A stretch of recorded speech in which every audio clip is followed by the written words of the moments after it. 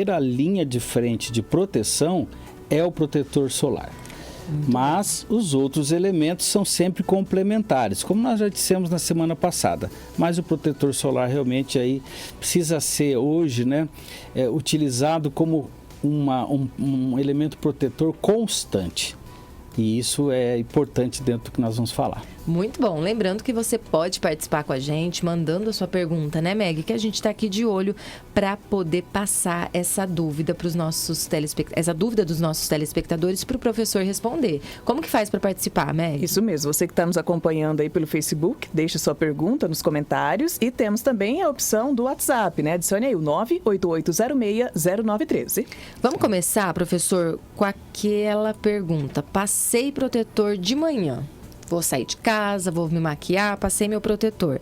Eu preciso reaplicar ao longo do dia? Mito ou verdade, professor? É necessário. É então, necessário. Verdade. Nós estamos num país tropical.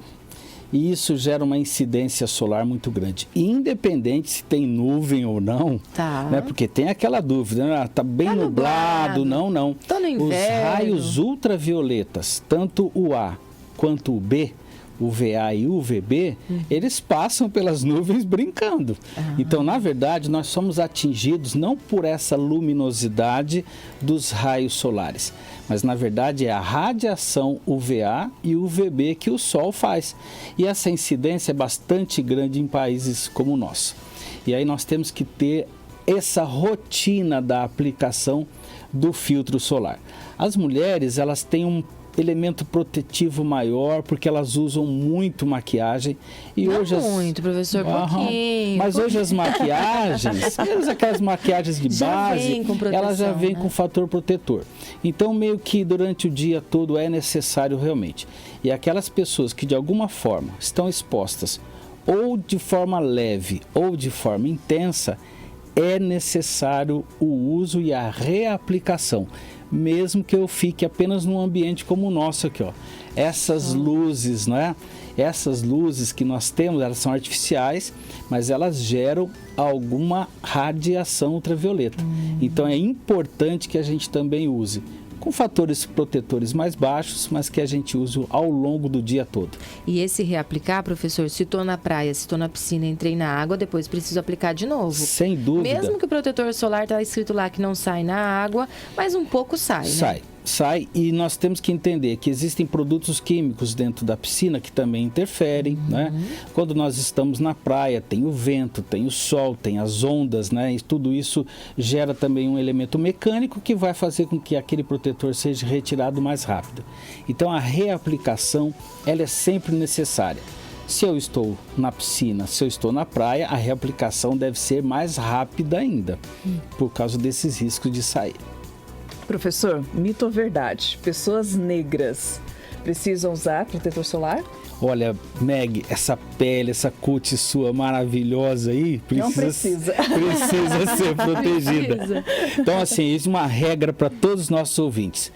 Todos precisamos nos proteger, todos. Lógico que quem tem a pele mais negra, ela tem maior quantidade de melanina. Melanina é aquela proteína que é produzida por uma célula nossa, que é o melanócito. Está ali na epiderme. Ele produz a melanina e essa melanina vai fazer a pigmentação da pele. É um fator protetivo. Meg, mas no mínimo um fator de proteção 15 precisa ser utilizado quando você está em baixa exposição. Certo. Agora, tem alta exposição, a pele negra precisa pelo menos de 30 de fator proteção. Agora, se eu estou numa exposição muito elevada, como é o caso da praia, aí é necessário, como qualquer outra pessoa, utilizar fatores de proteção maior. Sim. Mas óbvio que a pele negra tem mais protetor ou um fator protetivo natural, né? E são peles que são mais protegidas, né? Mas precisam também ter os cuidados. Ok. Não pode bobear. Ok. Claro, até porque, por exemplo, sabe aquelas manchas de pele? Sim, né? sim. Elas podem acontecer também nas peles negras. sim. Então, só por esse motivo, eu já posso protegê-la para evitar esses melasmas e essas manchas. Ok. Perfeito. Professor, mito ou verdade? Protetor solar, além de prevenir o câncer de pele, também previne o envelhecimento precoce? Sim. Vamos lembrar que toda a incidência solar dos raios ultravioleta A e do raio ultravioleta B geram esses grandes riscos. Os UVA, eles geram envelhecimento. E é eles que ficam o tempo inteiro incidindo sobre o nosso corpo, o dia inteiro. Agora, e os UVB, que gera câncer, que gera queimadura, é das 10 da manhã às 4 da tarde, que é aquele sol mais a pino. Certo. Então, entre o UVA e o UVB, ambos geram problemas.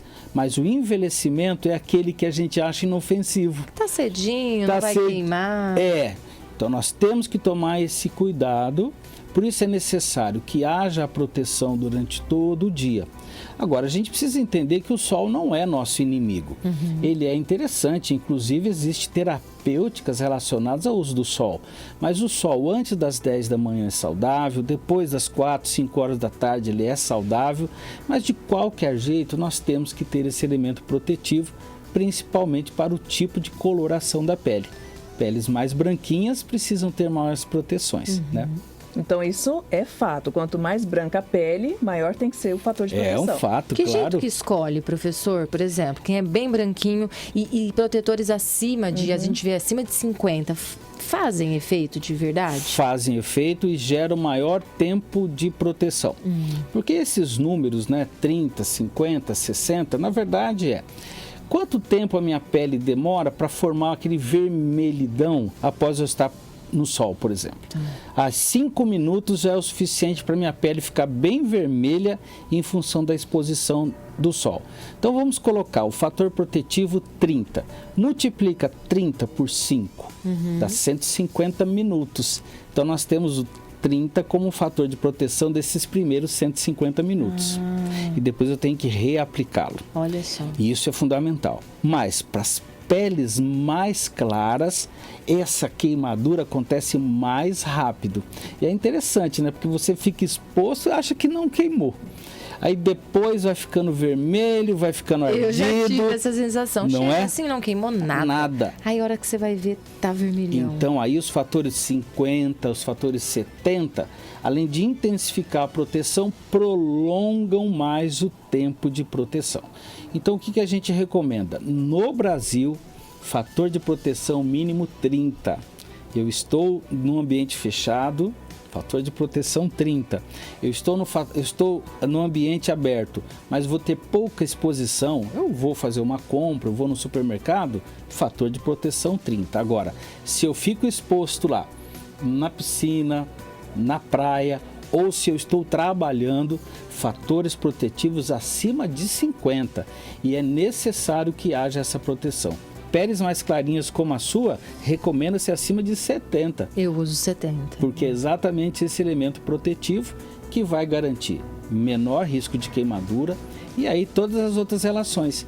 Evita a oleosidade, por exemplo, evita o envelhecimento precoce e evita aquelas manchas de pele, né, que são os melasmas, que também tem uma influência muito grande na estética da mulher. Perfeito. Né? Então é fundamental usar. E protetor solar desde criancinha, professor? Por exemplo, meu filho muito branquinho, desde criança. Desde criança. O médico passou lá o protetor infantil e tem que passar. Tem que passar e acrescentar também aquelas roupinhas, se for possível, já com o tecido específico de proteção UVA e UVB. Já existem isso no mercado, né? Mas vamos imaginar que eu não tenho isso e eu vou fazer o quê? A utilização de camisas de manga comprida, camisetas de manga comprida, uso de chapéus, uso de bonés, uso de sombrinhas, né? Porque nós estamos numa cidade com alta incidência solar. Verdade. E principalmente os nossos idosos. É necessário esse tipo de proteção. Muito bom. Professor, a gente está recebendo uma pergunta de ouvinte nosso. Se é verdade que a vitamina D, muita gente, o senhor falou sobre as terapias e a gente sabe o quanto a vitamina D é importante, que ela só é produzida das 11 até 1 hora da tarde, tem que tomar um pouquinho desse sol no pico ou de manhãzinha já resolve? Existe sim. A incidência solar, ela gera esse estímulo à produção da vitamina D. Tá. Isso é verdade. Abaixo das 10 horas, a produção é menor, mas ela já é o suficiente. Inclusive, existe a helioterapia, que é a terapia pelo sol. Olha. Muito interessante para o fortalecimento dos ossos, fortalecimento do sistema imunológico. Então a gente já tem a produção de estímulos imunológicos e da vitamina D. Em menor quantidade, sim. Mas após as 10 horas e até as 2 horas da tarde, realmente a produção é muito maior. Só que a exposição, ela também acaba sendo maior. Então a gente precisa ter um controle disso. E sol é aquele pouquinho, né? Exposto. Igual o bebê. Boa, 15 então, minutinhos, 15 5 minutos. minutinhos. Exatamente. Então eu posso realmente pensar que a maior exposição é pior. Mas se eu fizer uma exposição de 15 minutos, mesmo nesse período de risco, já é o suficiente para eu fazer a produção da vitamina D. E outra coisa que o nosso ouvinte deve entender também, os protetores solares hoje que têm vitamina C associado, verdade. também são protetores que, além de potencializar a proteção, também protegem a pele, deixa a pele mais firme, deixa a pele mais nutrida. Então, às vezes, dentro de uma escolha que fizerem, filtro solar com a vitamina C. Muito bom. Professor, nós temos aqui a participação da Fernandinha pelo WhatsApp e ela está comentando, né? Perguntando se melasmas causados pelo sol saem com cremes específicos, né? E ela comentando sobre o protetor solar se previne herpes, porque ela disse que muitas pessoas, inclusive ela, ficam com herpes após essa exposição excessiva ao sol.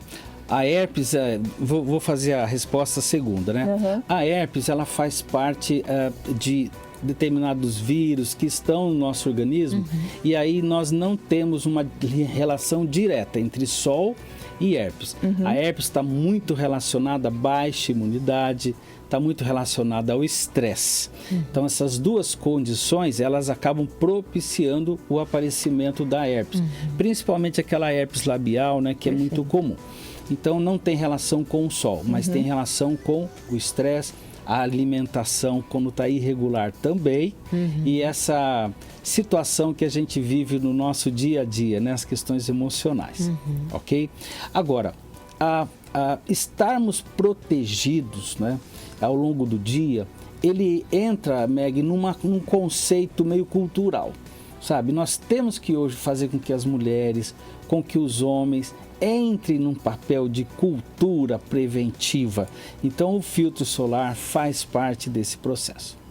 Também o Carlos Galvão comentando, né? Excelente participação do professor Ricardo, falando hoje dos cuidados com a pele. Creio que não se deve tomar sol do meio-dia, pensando na fixação do cálcio, correndo o risco de câncer. Carlos Galvão e Sandra, abraço ao professor, que pudemos conhecê-lo pessoalmente na Unifep. Verdade, olha, eu queria dar um abraço ao Carlos Galvão e à Sandra Sartorelli. Inclusive, o Carlos foi o que ganhou a guitarra naquela promoção aqui. Um grande abraço a vocês dois, fiquei muito emocionado com o contato que eles fizeram lá no Natal Unifeb. Verdade, né? verdade. Eu também encontrei, né? eles lá. Um abraço para vocês.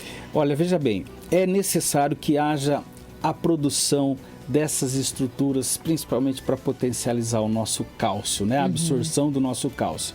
Então, sol, vitamina D, isso ajuda demais.